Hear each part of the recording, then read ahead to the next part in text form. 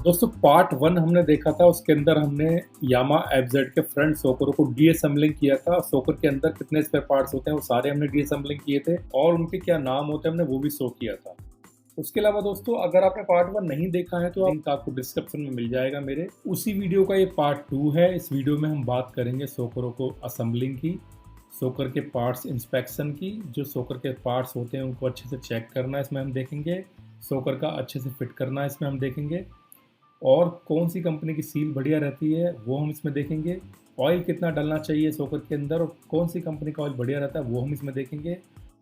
और सोकर का सही तरीका क्या है, मतलब अच्छे से सोकर फिट हम कैसे कर सकते हैं जो सोकर ज़्यादा से ज़्यादा चले, जल्दी से लीक ना हो, जल्दी से ख़राब ना हो, वो इस सबसे पहले हम इसके सारे स्पेयर पार्ट्स जितने भी हमने खोल के और क्लीन किए थे उसको हम चेक करेंगे कि करके कोई भी स्पेयर पार्ट्स में अगर कोई भी डैमेज या डिफेक्टेड है तो उसको हम रिप्लेस करेंगे।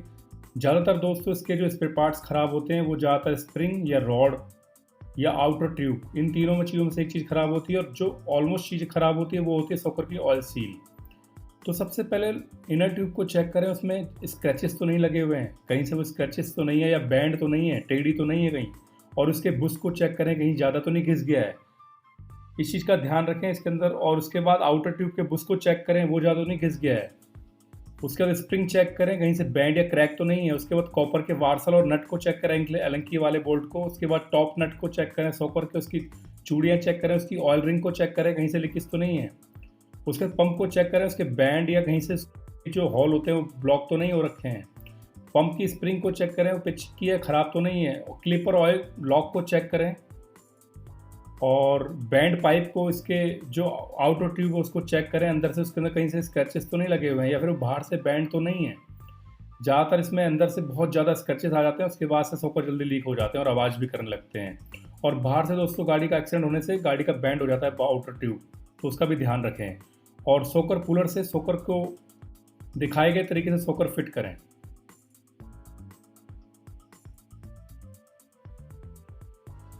सबसे पहले पंप लगाएं, पंप के बाद उसकी स्प्रिंग लगाएं। पंप की स्प्रिंग छोटी वाली जो होती है लगती है उसके अंदर। उसके बाद इनर ट्यूब को ठीक से आराम से पंप के अंदर बैठा दें और ये इस तरीके से बैठा दें। उसके बाद पंप का बुश लगाएं। उसके बाद आउटर ट्यूब को बैठाएं आराम से, जिसे हम बॉटम भी बोलते हैं। किसी भी चीज़ में ज़बरदस्ती ना करें, बॉटम और ट्यूब बिल्कुल फ्री होने चाहिए, एकदम फ्री, आराम से लगाएं इसको, ये टाइट नहीं होने चाहिए। उसके कॉपर वार्सर और अलंकी वाले बोल्ट को इसमें बैठा दें और उसको ठीक से चढ़ा के टाइट कर दें। 8 नंबर की अलंकी से टाइट होगा दोस्तों। इस बोल्ट का ध्यान रखें, ठीक से टाइट होना चाहिए। अगर ये लूज़ रह गया तो यहाँ से ऑयल की सीलन आएगी या लीकेज होगी। अगर ऑयल लीकेज या सीलन होता है तो ऑयल का लेवल सोकर में कम हो जाएगा, जिसकी वजह से सोकर की परफॉर्मेंस ख़राब हो जाएगी आगे जाके। ठीक से टाइट करें इस नट को।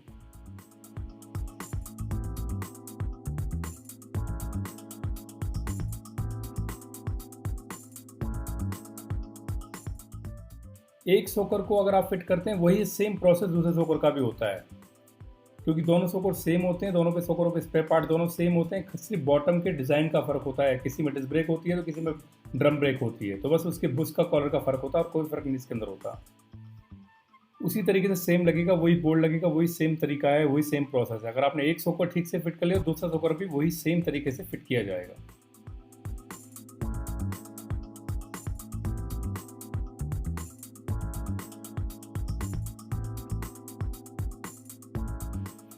इसका आउटर ट्यूब बुश है, ये आउटर ट्यूब में बैठेगा, बॉटम में लगाया जाएगा। इसको हल्का सा ऑयल लगा के इसको आराम से लगा दें।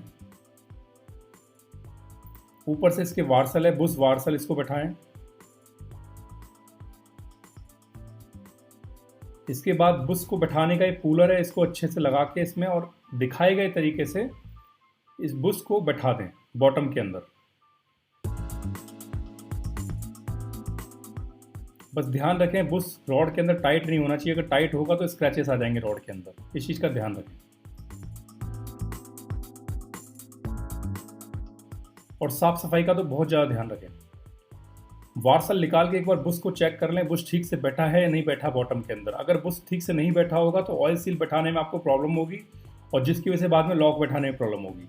चेक करने के बाद वार्सल को वापस लगाते हैं। उसके बाद हम इसमें HTA की सील लगाएंगे जो OEM में आती है। आप जितनी भी गाड़ियां हैं, ऑलमोस्ट जो भी रनिंग गाड़ियां हैं, उन सब में ऑयल सील HTA कंपनी की ही निकलती है, मैन्युफैक्चरिंग से ही। तो HTA की ऑयल सील ही हम लगा रहे हैं इसके अंदर। अगर आप यही सील यामा की पैकिंग में लेके आएंगे तो उसमें भी HTA की ही सील निकलेगी, आप लेके चेक कर सकते हैं। बस ये फ़ायदा इसमें हो जाता है तो क्वालिटी मिल जाती है, और दूसरी बात मिल जाती है थोड़ा इसका प्राइस भी कम होता है, लेकिन क्वालिटी वही होती है। दोनों सील मैच कर लें। सील लगाते समय दोनों सील सेम होनी चाहिए, क्योंकि दोनों सील सेम लगेगी। और सील जब लगाएं तो उसके ऊपर, कॉलर के ऊपर ऑयल लगा लें और सील का उल्टा और सीधा चेक कर लें। दिखाए गए तरीके से सील को फिट करें। ज़बरदस्ती सील लगाते समय बिल्कुल ना करें। अगर ज़बरदस्ती आप करते हैं तो उसकी कॉलर पलट सकती है, जिसकी वजह से होकर लीकेज जल्दी हो सकता है। बिल्कुल सेम डिट्टो दिखाए गए तरीके से सील को लगाएं। ये ज़बरदस्त तरीका है लगाने का। ज़बरदस्ती बिल्कुल ना करें। अगर बॉटम में सील टाइट जाती है या रॉड में सील टाइट होती है तो थोड़ा उसको सॉफ्ट तरीके से लगाएं। पुरानी सील का इस्तेमाल करके नई सील को ठीक से बुश के ज़रिए उसको बैठा दें।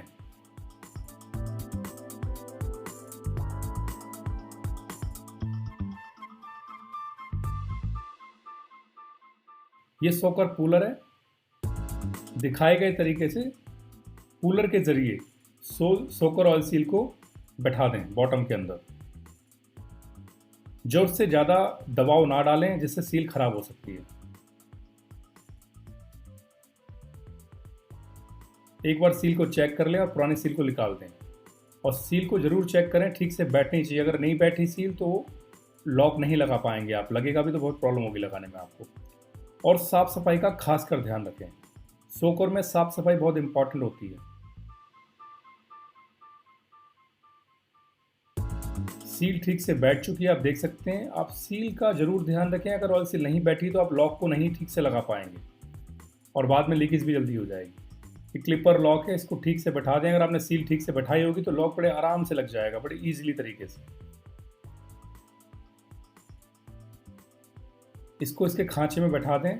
बॉटम में कट बना होता है, खांचा बना होता है, वहाँ पे बैठ जाता है। इसमें ज़बरदस्ती नहीं करनी पड़ेगी, बड़े आराम से बैठ जाएगा ये। आप देख सकते हैं। बैठाने के बाद ज़रूर चेक कर लें वो अपने खांचे में बैठा है या नहीं बैठा। अगर खांचे में नहीं बैठा होगा तो लॉक निकल सकता है और सील भी इसकी दबाव से बाहर आ सकती है, क्योंकि इसमें जब सोकर गाड़ी जब चलती है उसमें प्रेशर बनता है। प्रेशर सील को बाहर निकाल देगा अगर लॉक ठीक से नहीं बैठा होगा। और सील लगाने के बाद ट्यूब को चेक कर लें। ट्यूब बिल्कुल आराम से नीचे ऊपर होनी चाहिए। उसके बाद इसकी डस्ट सील को लगा दें, जिसकी वजह से डस्ट अंदर ना जाए। और साफ़ सफाई का हमेशा ध्यान रखें। और वैसे भी दोस्तों, गाड़ी के अंदर साफ़ सफाई का बहुत इंपॉर्टेंट होता है ध्यान रखना, क्योंकि डस्ट से ही गाड़ी जल्दी ख़राब होती है। आप बॉटम का ज़रूर ध्यान रखें। इनर ट्यूब और बॉटम बिल्कुल आराम से पंप होने चाहिए, बिल्कुल सॉफ्ट तरीके से। ये देख सकते हैं आप, बिल्कुल ठीक से बैठ गया है। ये डिस्क ब्रेक की साइड का बॉटम है। इसी तरीके से दूसरे सोकर को भी फिट करें।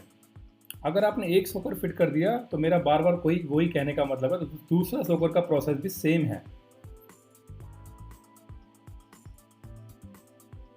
वही सेम प्रोसेस है। बुश पे ऑयल लगाते हैं। इसके ऑयल लगाने का फ़ायदा आपको ये मिलेगा, ये ईजिली बैठ जाएगा।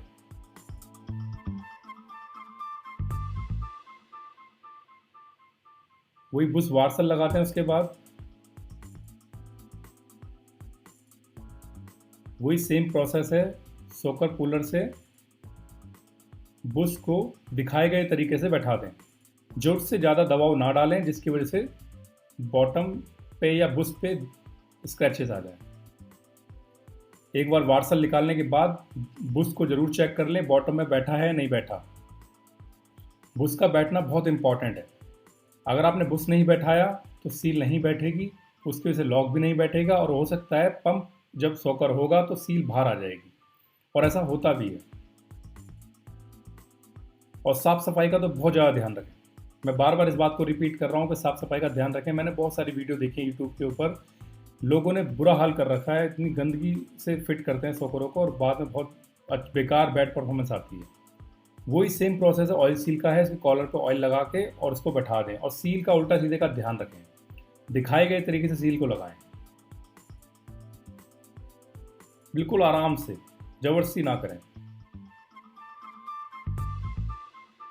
और पुरानी सील के ज़रिए नई सील को सील पुलर के ज़रिए प्रेशर डाल के उसको बैठा दें दिखाए गए तरीके से।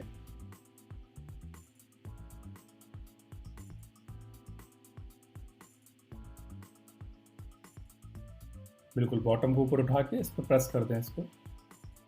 ध्यान रहे ज़रूरत से ज़्यादा इस पर प्रेशर ना डालें जिससे सील खराब हो सकती है। उतना ही प्रेशर डालें जितना स्वाभाविक है, ज़रूरी है। और सील ज़रूर चेक कर लें बैठी है नहीं बैठी है। अगर ना बैठी हो तो उसको दोबारा से ठीक से बैठाएं।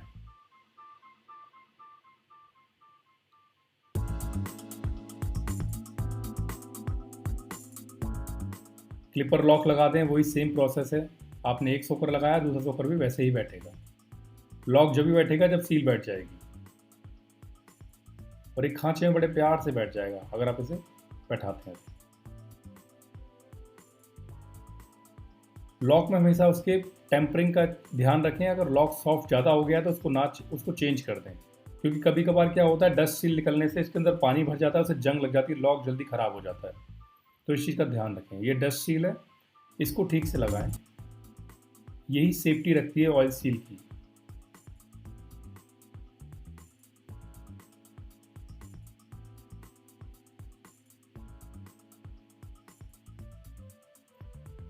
हम इसमें मोटूल कंपनी का ऑयल डालेंगे 350 ml। हम एक सोकर में ऑयल डालेंगे इसके।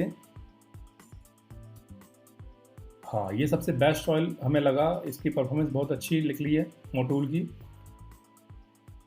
कभी भी ऑयल चेंज करें सोकर का तो हमेशा मेजर मग के ज़रिए ही ऑयल डालें, डायरेक्ट डब्बे से ऑयल ना डालें। क्योंकि होता क्या है, कैलकुलेशन इसकी अलग अलग होती है। अगर हम रिफ़िल कर रहे हैं सोकर तो अलग डलेगा, अगर हम ओवरऑलिंग कर रहे हैं सोकर की तो अलग डलेगा। तो हमेशा मेजर मग से मेज़र करके ही ऑयल को इसमें डालें सोकर के अंदर, डायरेक्ट डब्बे से ना डालें। क्योंकि आपको ये पता होना चाहिए कि मेरे गाड़ी के सोकर में कितना ऑयल डलना चाहिए, क्योंकि सोकर की क्वांटिटी ही सबसे बेस्ट परफॉर्मेंस निकाल के देती है सोकर की। अगर क्वांटिटी कम ज़्यादा होगी तो सोकर की परफॉर्मेंस भी कम ज़्यादा आएगी। सपोज डेट अगर आपने ऑयल ज़रूरत से ज़्यादा डाल दिया तो सोकर हार्ड हो जाएंगे। अगर आपने ज़रूरत से कम ऑयल डाला तो सोकर बहुत सॉफ्ट हो जाएंगे, काम ही नहीं करेंगे ठीक से। तो इस चीज़ का आप ध्यान रखें। एफजेड बाइक के अंदर और किसी ब्रांड का ऑयल डालें, आप देसी ऑयल ना 450 डालें। ml ओरिजिनल एक ऑयल तो सिंगल बिल्कुल ना सोकर में डालें। ऑयल डालें। सोकर का एकदम अलग ऑयल होता है, वो आप डालें। और मेजर मग के जरिए ही ऑयल को डालें। और एक चीज़ और ध्यान रखें, सोकर ऑयल आप दोनों सोकरों में बराबर ऑयल डालें, ना कि आप कम ज़्यादा। बिल्कुल ऐसा ना करें। अगर ऐसा करेंगे तो गाड़ी आपकी झोल मारेगी, बबलिंग करेगी और परफॉर्मेंस भी खराब आएगी, और एक सोकर जल्दी से लीक भी हो जाएगा इसका। सोकर की दोस्तों मेन जान होती है ऑयल। अगर आपने एक सही क्वांटिटी ऑयल उसमें डाल दिया और आपने सील ठीक से बैठा दी और साफ सफाई का ध्यान रखा तो सोकर जल्दी से लीक नहीं होते।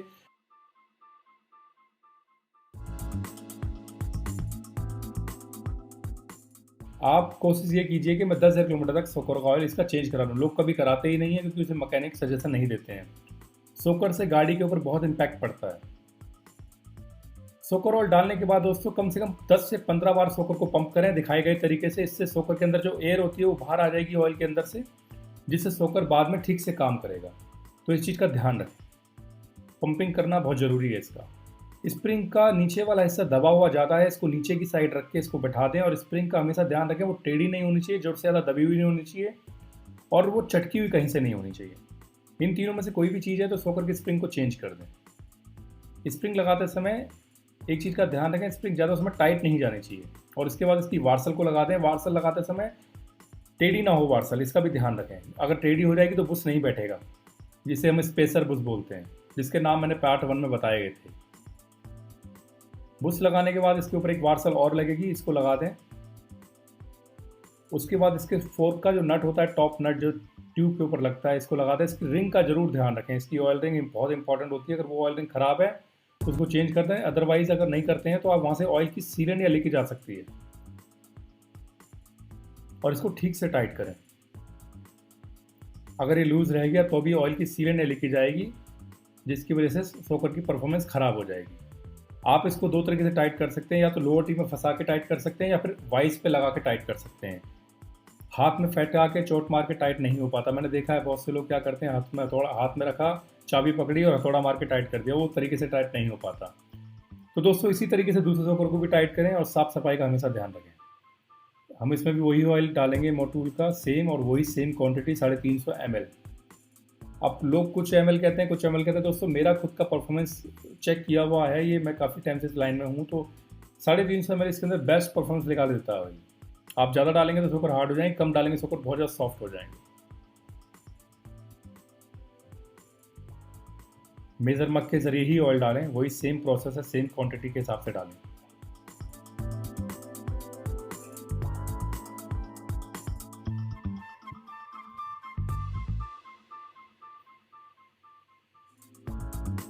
वही सेम क्वांटिटी है जो उस वाले सोकर में डाली थी हमने, राइट वाले में, लेफ्ट वाले में भी उतनी ही क्वांटिटी डाली जाएगी।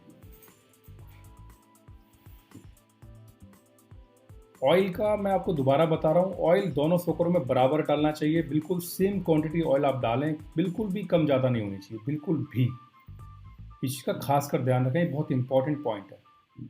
और पंपिंग बहुत ज़रूरी है, क्योंकि हम जब इसमें ऑयल डालते हैं तो एयर भी साथ में जाती है, और एयर निकालने के लिए पंपिंग करना बहुत ज़रूरी है। पंपिंग करने से क्या होता है, प्रॉपर तरीके से ऑयल पूरे सोकर में अच्छे से चला जाता है हर जगह। क्योंकि जब आप ऑयल का नट लगा देंगे तो फिर इसमें एयर वहीं रह जाएगी, तो उसकी वजह से सोकर ठीक से काम नहीं करेगा, और स्प्रिंग का दबा हुआ हिस्सा नीचे रहेगा और उठा हुआ हिस्सा ऊपर रहेगा। एक कोने पे देख रहे हैं आप, नीचे की साइड दबा हुआ हिस्सा है और ऊपर की साइड उठा हुआ हिस्सा है, तो उसे नीचे रखें और वार्सल लगा दें। उसके बाद स्पेसर बुश लगा दें, स्पेसर बुश, वही सेम वार्सल, फिर उससे नट। दोस्तों हर सोकर का अलग अलग प्रोसेस होता है, हर सोकर का मैकेनिज्म तो एक ही होता है, लेकिन स्पेयर पार्ट्स उसमें अलग अलग होते हैं। किसी में बुश छोटा होता है, किसी में बड़ा होता है, तो हर कंपनी अपने अकॉर्डिंग हर चीज़ को डिफरेंट देती है, लेकिन मैकेनिज्म वही होता है। वही ऑयल क्वांटिटी कम ज़्यादा हो सकती है क्योंकि सोकर का साइज़ कम ज़्यादा होता है, तो क्वांटिटी का थोड़ा सा आप ध्यान रखें, हर गाड़ी के अंदर अलग अलग क्वांटिटी का ऑयल डलता है। ये वीडियो मैंने प्रॉपर एफजेड के ऊपर बनाई है। आप मुझे कमेंट करके बताइएगा, अगर कोई और आपको किसी गाड़ी पे सोकर की वीडियो चाहिए तो मैं आपको वो भी बना के दूंगा, और आगे से मेरी रेगुलर वीडियो आएंगी। दोस्तों थोड़ा सा मैं बिजी था, इसलिए वीडियो नहीं बना पा रहा था। तो ये दोनों दो सोकर हो चुके हैं कंप्लीट, इसको हम गाड़ी में फिट करेंगे। अब लोअर टी साफ कर लें, जहां आप सोकर बैठाएंगे उस एरिया को ठीक से साफ कर लें। कभी कभार क्या होता है, यहाँ पे रेस्टिंग आने से जंग लग जाती है, जिसकी वजह से लोअर टी निकालने में बहुत प्रॉब्लम होती है। अगर आप इसे साफ करके लगाएंगे तो फ्यूचर में कभी अगर दोबारा से सोकर निकालने पड़ जाए तो आराम से इजीली निकल जाएंगे। तो ये हमारा राइट साइड का सोकर है, डिस्क ब्रेक साइड का। सोकर बैठाते समय टॉप का ध्यान रखें ऊपर से, क्योंकि जो ऊपर का जो अपर टी का एरिया होता है वहां से सोकर बिल्कुल बराबर बैठना चाहिए।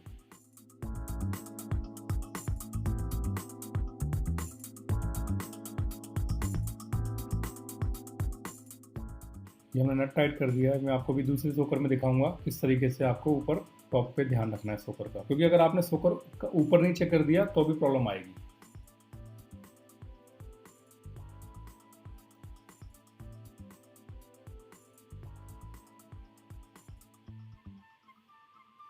ये 22 नंबर का नट है। अपर टी के नट को टाइट करने से पहले इस नट को जरूर टाइट कर लें फुल।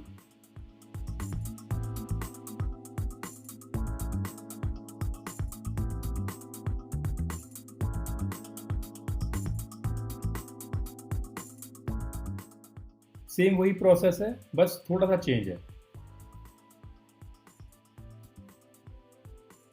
ये आप पट्टी का नट हिसाब से टाइट करें दोस्तों, क्योंकि ये एल्युमिनियम होता है, इसे आप ज़्यादा तेज टाइट करेंगे तो टूट सकती है पट्टी, इसका ध्यान रखें। और ये पीवीसी कैप जरूर लगाएं, इसे लगाने से नट पे रस्टिंग नहीं आएगी, जिससे नट जाम नहीं होगा बाद में।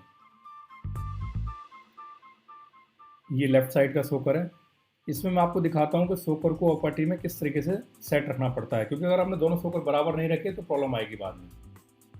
देखो ये ऊपर नीचे जो सोकर हम कर रहे हैं इसलिए कर रहे हैं क्योंकि हम दिखाने के लिए आपके सोकर प्रॉपर दोनों बराबर होने चाहिए, अपर टी के दोनों लेवल पे होने चाहिए बराबर। इस नट को इतना टाइट करते हैं जिसकी वजह से आप बाद में हिला सकें। देखो ये अपर टी है, अपर टी का बिल्कुल टॉप लेवल का जो नट है, नट का जो बिल्कुल टॉप लेवल है वो एकदम अपर टी के साथ होना चाहिए। अगर एक चीज़ का ध्यान रखें, सोकर जो लेफ्ट का होगा जिस लेवल पर, उसी लेवल पर राइट साइड का होगा। अगर आपने दोनों सोकर ऊपर नीचे कर दिए तो गाड़ी आपकी एक साइड भागना स्टार्ट कर देगी, या तो लेफ्ट या राइट, और कौन साइड बार बार इसका लूज होगा और जल्दी खराब भी हो जाएगा, क्योंकि ऐसे केस मेरे पास आए हैं। दोस्तों वही प्रोसेस है फिट करने का।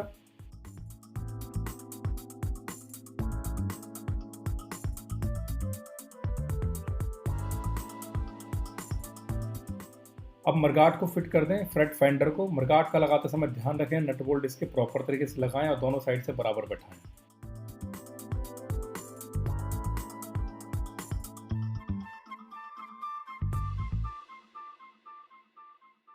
कभी कभार क्या होता है, हमारे रॉड बैंड होती है तो मरगाट प्रॉपर टाइट नहीं हो पाता, हम टाइट करते हैं तो इसका सोकर जाम हो जाते हैं। तो रॉड जरूर ध्यान रखें वो बैंड नहीं होनी चाहिए, और इस वजह से हमें बाद में रॉडों को घुमाना पड़ता है। जो मैकेनिक है वो अच्छे से समझ गए होंगे मैं क्या कहना चाह रहा हूँ। अगर रॉड बैंड होंगी तो रॉड घुमानी पड़ जाती है हमारे को, क्योंकि सोकर जाम होने लगते हैं। और फिर हम क्या करते हैं, मरगाट के बोल्ट लूज छोड़ देते हैं, जिसकी वजह से सोकर सॉफ्ट हो जाते हैं, लेकिन मरगाट आवाज़ करता रहता है फ्रंट वाला। तो इस चीज़ का ध्यान रखें दोस्तों। हम इसकी जितनी गहराई में जाएंगे ना उतनी सारी चीज़ें निकल के आएंगी। तो इस वीडियो में मैं आपको सिर्फ सोकर के बारे में बता रहा हूँ। तो मरगाट ये लग चुका है, इसके 10 नंबर के 2 बोल्ट और अलंगी के 2 बोल्ट टाइट हो चुके हैं, जो 4 नंबर के अलंगी के बोल्ट होते हैं। अब हम फ्रंट व्हील लगाएंगे। व्हील लगाते समय दोस्तों डिस्क ब्रेक का ध्यान रखें।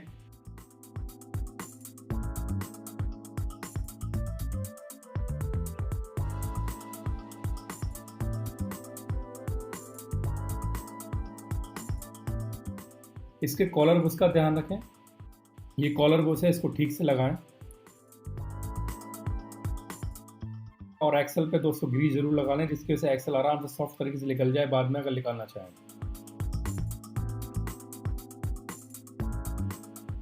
ये मीटर वर्म बॉक्स है, इसको ठीक से बैठाएं। इसमें सेंसर होता है, अगर ये ठीक से नहीं बैठा तो सेंसर टूट जाएगा, जिसके से मीटर बंद हो जाएगा बाद। दिखाए गए तरीके से व्हील को बैठा दें।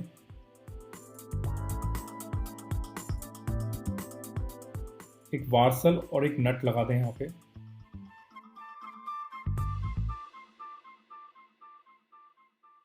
नट को ठीक से टाइट कर दें।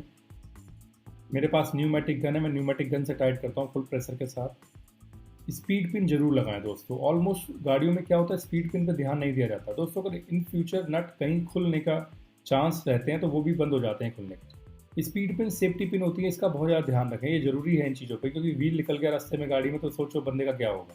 और दोस्तों डिस्क ब्रेक लगाते समय उसकी सफाई का जरूर ध्यान रखें, क्योंकि कभी कभार क्या होता है, राइट साइड का सोकर लीक होने से सारा ऑयल डिस्क ब्रेक में आ जाता है, डिस्क पैड पे आता है, डिस्क पैड सारे खराब हो जाते हैं। तो इसमें ऐसा नहीं हुआ, अगर होता तो इसके हम डिस्क पैड चेंज करते।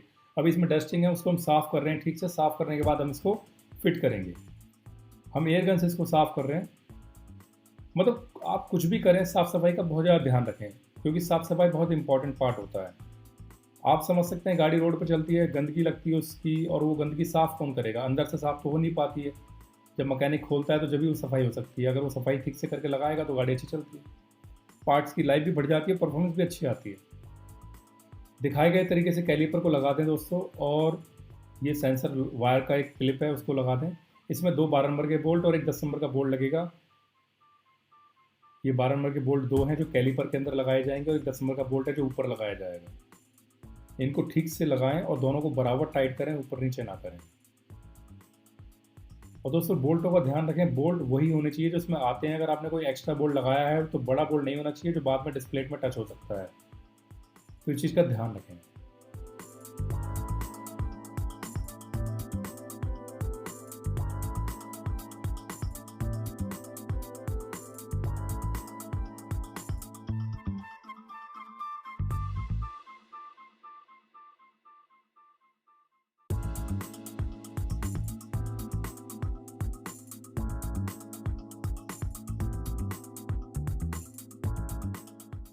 डिस्क ब्रेक दोस्तों लगाने के बाद व्हील का जरूर ध्यान रखें, ब्रेक ठीक से लगनी चाहिए और व्हील बिल्कुल फ्री रहना चाहिए।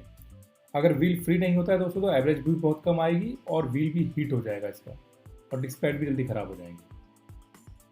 और ओके होने के बाद एक बार पंपिंग चेक कर लें, सोकर ठीक से वापस आ रहे हैं नहीं आ रहे। तो दोस्तों ये थी हमारी वीडियो, इसमें हमने सोकर के बारे में बात की थी। आगे हम बात करेंगे और भी वीडियो के बारे में। तो दोस्तों मिलता हूँ मैं नेक्स्ट वीडियो में। जय हिंद, वंदे मातरम।